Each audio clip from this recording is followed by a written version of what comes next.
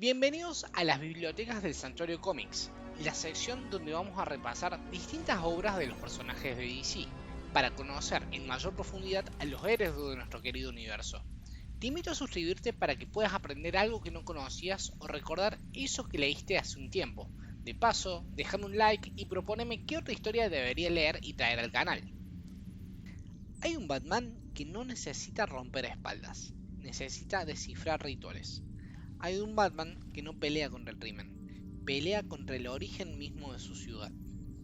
Hoy vamos a hablar de Caballero Oscuro Ciudad Oscura, el tomo de DC Ediciones, dentro de la colección de grandes autores de Batman, que recopila los números Batman 452 al 454 y además de Detective Comics del 629 al 633. Una historia publicada originalmente en 1990, pero que parece adelantada a su tiempo, porque mientras los 90 empezaron a abrazar la espectacularidad y la testosterona gráfica, Peter Milligan decidió meterse en lo esotérico, en lo psicológico y en lo incómodo, y lo hizo con un acertijo que no pide acertijos, sino que pide sangre. Peter Milligan era un outsider británico, que venía de la escuela británica de los cómics. No era un guionista tradicional de mainstream superheroico. Su ADN creativo está más cerca a The Shade, de Changing Mind y de la línea de Vértigo que el Batman clásico. Sus obsesiones principales como autor eran la identidad, la locura, lo simbólico, lo sobrenatural como metáfora psicológica. Y eso, en Batman, es fuego puro. Milligan no escribe a Batman como un mito perfecto, lo escribe como un hombre frágil enfrentándose a fuerzas que lo superan.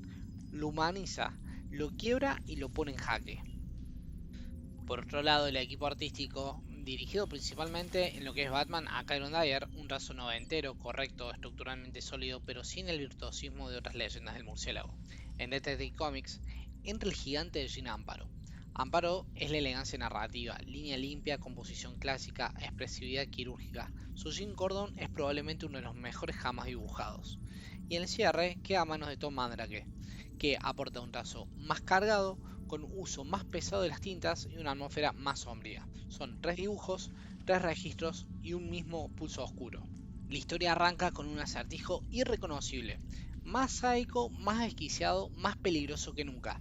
No estamos ante el villano excéntrico, estamos ante alguien poseído o manipulado. En paralelo, Milligan introduce un flashback del siglo XVIII, donde vemos a un culto, una figura demoníaca, que en este caso se llama Bárbatos, una conspiración que involucra incluso figuras históricas como Thomas Jefferson. Y ahí aparece la idea central. Gotham no es una ciudad corrupta de casualidad, fue construida sobre algo oscuro. El acertijo actúa como instrumento de esa fuerza antigua. Batman investiga y descubre pistas que están conectadas a asesinatos modernos con rituales antiguos. La narrativa alterna dos líneas temporales. Por un lado podemos ver el culto invocando a Bárbatos, y por otro podemos ver a Batman enfrentando a un acertijo manipulado. Y en el medio aparece una figura que es central, la de Dominique, que en este caso representa la fragilidad humana en medio del caos esotérico. El clímax no es una pelea épica en todo el cómic, sino más bien una confrontación de voluntades. Batman contra una idea, contra la posibilidad de que Gotham haya sido diseñada para generar un Batman. Eso es totalmente brillante en el cómic. En este caso, Milligan redefine de manera completa al acertijo como villano. En este caso, deja de ser cerebral y juguetón y se convierte en un instrumento de algo más grande. Batman no lo enfrenta como un enemigo clásico, sino que lo enfrenta como un síntoma, y eso cambia la dinámica. El conflicto es más psicológico que físico. Por otro lado, tenemos a Bárbatos, que no es solo una entidad demoníaca, es un símbolo. Es el mal estructural, es la sombra histórica de Gotham. Décadas después, conceptos similares serían retomados en etapas modernas del personaje, ampliando la mitología oscura de la ciudad. Esto lo podemos ver muchísimo en Snyder, que lo retoma en Noches Oscuras. En este caso, Milligan, sin hacer ruido, está sembrando algo super mega potente. En cuanto al análisis visual, el trazo limpio y la composición tradicional de Dyer funciona mejor en escenas urbanas que en la mística. El problema, el color pastel de la época no ayuda a la atmósfera oscura que pide el guión.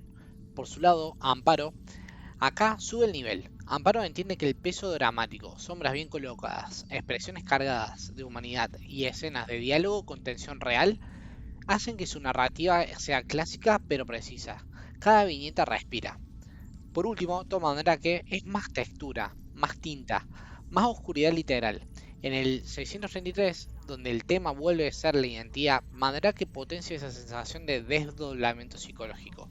Visualmente el tono es irregular, pero cuando Amparo y Mandrake piensan fuerte, el tono se alinea con el guión. Para que tengamos un contexto editorial, esto sale en 1990. Esto es pre-Nightfall, pre-Bane, antes de la explosión del Grim y el grite exagerado. Mientras muchos cómics buscaban impacto físico, Milligan hace una apuesta por el terror gótico y simbólico, un pequeño oasis extraño dentro del Batman noventero. Como habrás visto, el tomo incluye la hierba hambrienta, el verdugo que lleva el zapato de tacón, el golem de Gotham y en el 633 posiblemente el más redondo de todo el bloque final. No todos mantienen el mismo nivel, pero el hilo es común y es claro. Batman como un humano falible, como un detective que no siempre llega a tiempo y como un héroe que pierde. Vamos a hablar un poco del impacto y el legado. ¿Influyó masivamente este cómic? Y la verdad que no. ¿Sembró ideas que después te serían? Sí, recontra sí. Entender que la noción de Gotham como una entidad maldita, el enfoque psicológico sobre algunos villanos y la mezcla del terror con el noir hacen que esta historia con el tiempo gane mucho peso específico.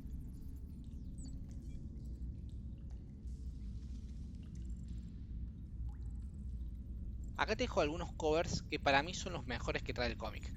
Un dato que no dije es que algunas de las covers de Batman están hechos por Mignola. Eso hace que levante totalmente lo que son estos números. Caballero Oscuro, Ciudad Oscura no es un clásico indiscutido, pero es una pieza incómoda, distinta y necesaria para lo que fue el después del cómic. Mi puntaje en este caso son 75 puntos. Entra en la categoría de muy buen cómic. No es perfecto, es irregular en lo visual, pero cuando conecta, realmente conecta muy fuerte. Si te gustan las versiones más psicológicas y esotéricas de Batman, este tomo vale la pena. Si ya leíste, quiero saber tu opinión en comentarios. ¿Te convenció el acertijo oscuro? ¿Te gusta esta gota mística que después vamos a ver en Snyder? Suscríbete para más análisis del murciélago y decime cuál es el próximo tomo de grandes autores que querés que revisemos. Nos vemos en la próxima.